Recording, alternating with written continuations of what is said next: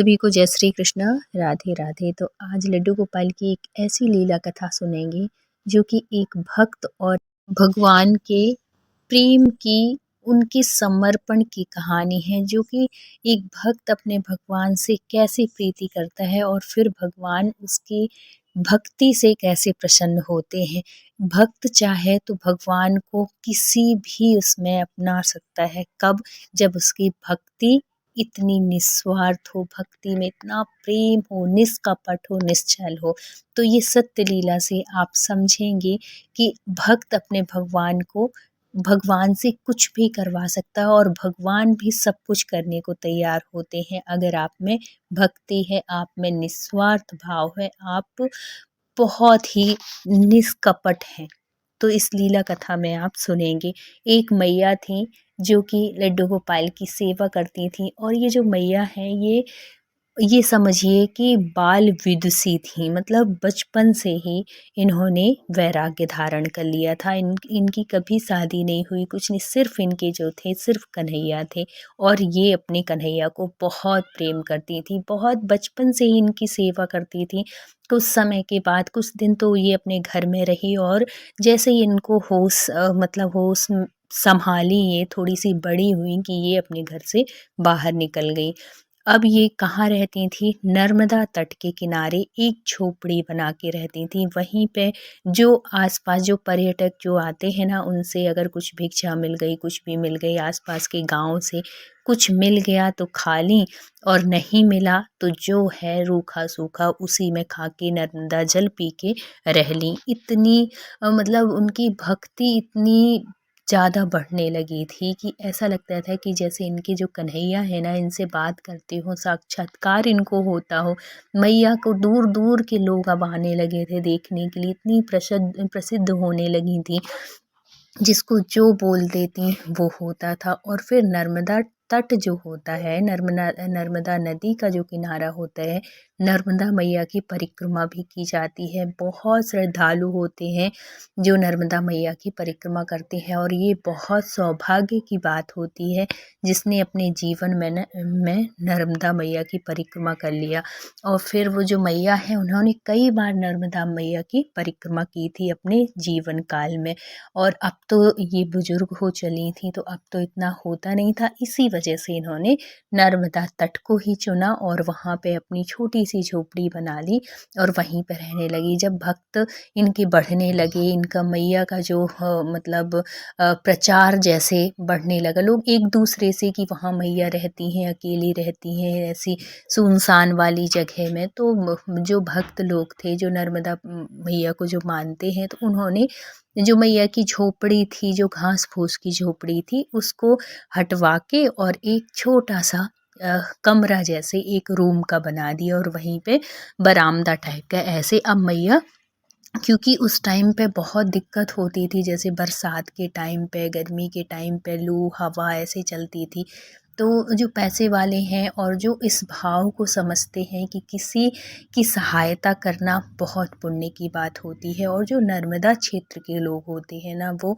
और नर्मदा क्षेत्र बस नहीं, जो भी भक्त होते हैं तो वो इस बात को समझते हैं, जो भक्ति से जुड़े होते हैं, कि हमें परोपकार कितना पुण्यकारी होता है। तो कुछ भक्त मिलके मैया के लिए ऐसे बनवा देते हैं और फिर मैया अब धूप से, बारिश से, इससे बचाव हो जाता है। मैया बहुत अच्छे से वहाँ पे अपनी कुटिया में, मतलब अब तो रूम जैसे हो गया था, तो उसमें रहती हैं।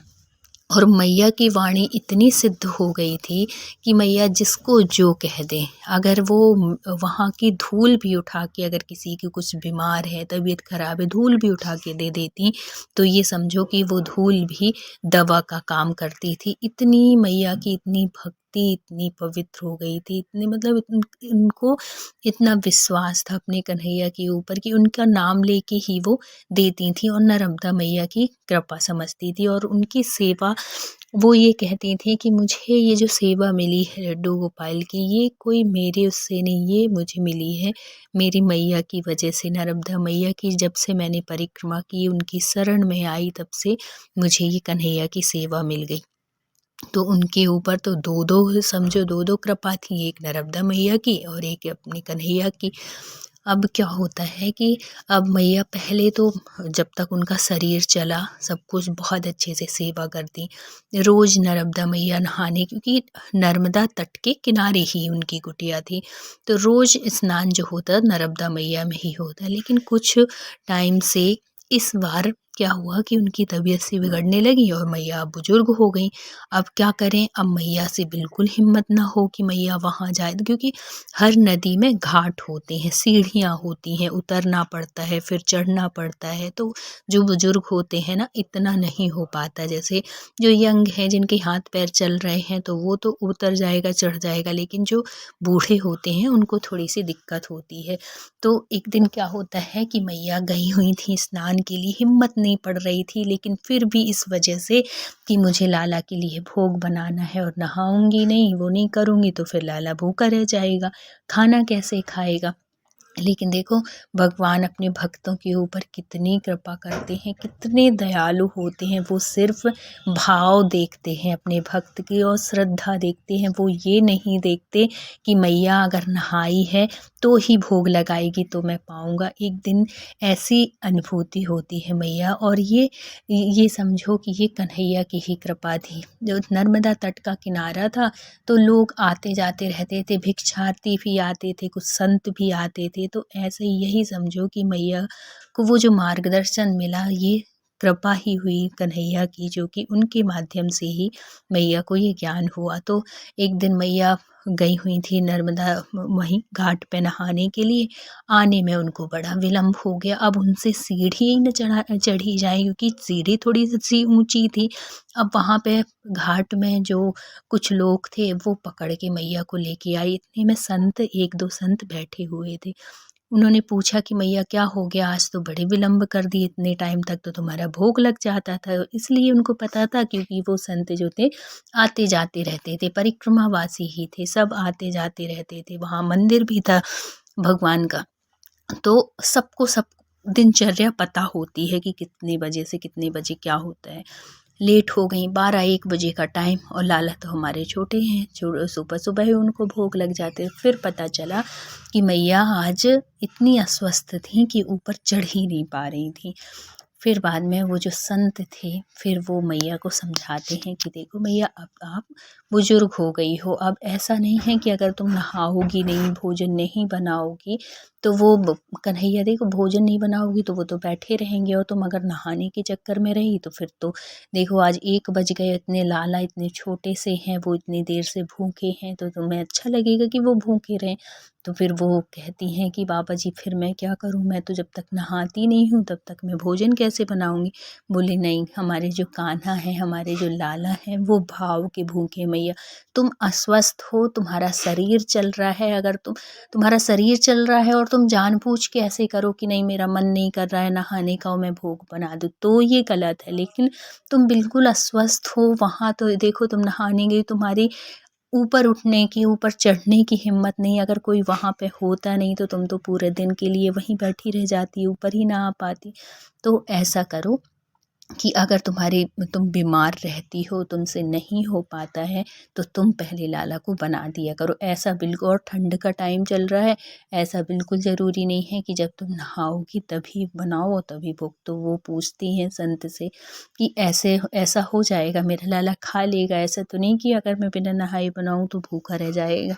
तो वो कहते हैं कि बिल्कुल नहीं मैया, ऐसा बिल्कुल मत सोचना, भाव से खिलाओगी। वो जो लाला हैं वो भाव के भूखे हैं, वो ज़रूर खाएंगे, और देख लेना तुमको इस बात की अनुभूति होगी।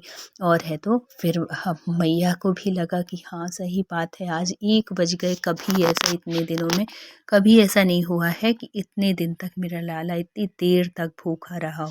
फिर वो साधु महाराज और भी कहते हैं कि मैया देखो, मेरी बात सुन लो, कि जब तक ठंड है ना तब तक तुम ऐसे ही बना दिया करो, भगवान कभी तुमसे रुष्ट नहीं होंगे। तुम इतने वर्षों से उनकी सेवा कर रही हो, तुम अस्वस्थ हो, तुम नहीं कर पाती हो, तो ऐसे अगर करोगी तो तुम्हारे लाला भी भूखे नहीं रहेंगे और है तो तुम भी इतना परेशान नहीं हो पाओगी कि तुम जाओ फिर नदी घाट में जाती हो तुम नहाने, फिर आओ, फिर भोग बनाओ, फिर तुम उनका लगाओ, फिर कहीं जाके तुम खाओगी, फिर तो तुम ऐसे में बहुत बीमार भी हो जाओगी। और सोचो कि यहाँ पे तो तुम्हारा और कोई करने वाला नहीं है, अगर तुम बीमार हो गई तो तुम्हारे लाला तो फिर पूरे-पूरे दिन के लिए भूखे रह जाएँगे, फिर उनका कौन करेगा? तो मैया एक काम करो कि तुम जब तक ठंड है तब तक तुम ऐसे ही बना लिया करो। तो वो कहती हैं, मैया कहती हैं कि महाराज जी ऐसे में कहीं मेरा लाला रुष्ट ना हो जाए मेरे से कि मैं बिना नहाए खाना बनाऊँगी, भोग बनाऊँगी और फिर मैं क्या पता वो मेरा भोग ऐसे में स्वीकार करेंगे कि नहीं करेंगे।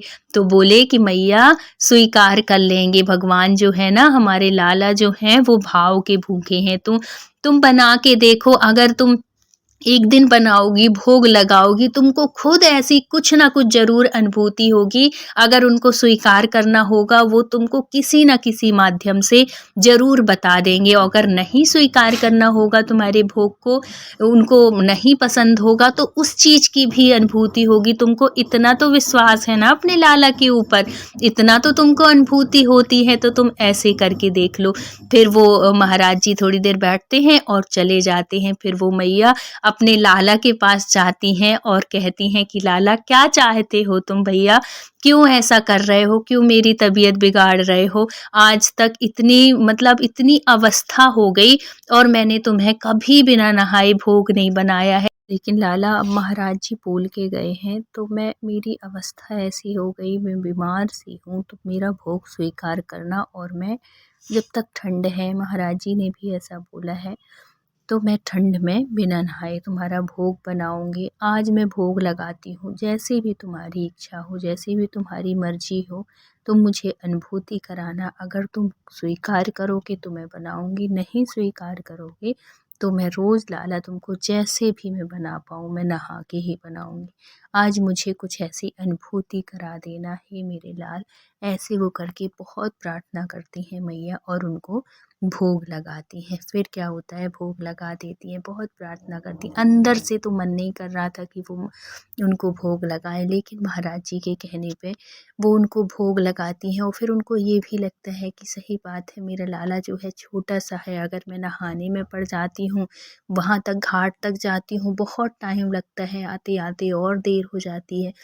तो सच में मेरा लाला जो है भूखा रह जाता है और है तो अगर मैं ऐसे लगा दूँगी, आखिर है तो मेरा लाल ही छोटा-सा है, वो उसको भोग लगा दूँगी और अगर वो कहेगा तो मुझे ज़रूर कुछ न कुछ ऐसी अनुभूति होगी जिससे मुझे मुझे पता चलेगा कि मैं भोग लगाऊँ या ना लगाऊँ। इसी दुविधा में मैया उनको भोग लगा देती है, अपने कान्हा जी को दोनों टाइम भोग लगाती है और शाम को अच्छे से शयन कराती है और सो जाती हैं।